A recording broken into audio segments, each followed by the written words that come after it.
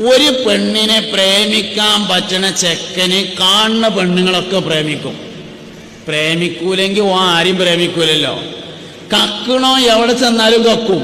കുടിയൻ എവിടെ ചെന്നാലും കള്ളുഷാപ്പ ആദ്യം കാണാം. ചായ കുടിച്ച് ശീലമുള്ള ആൾക്കാരുണ്ടാവും. അതുപോലെ എവിടെ ചെന്നാലും ഇതാ ഈ മൂന്നാമത്തെ വളവിൽ ചെറിയൊരു ചായപ്പീടി ഉണ്ട് എന്നാ പറയാ.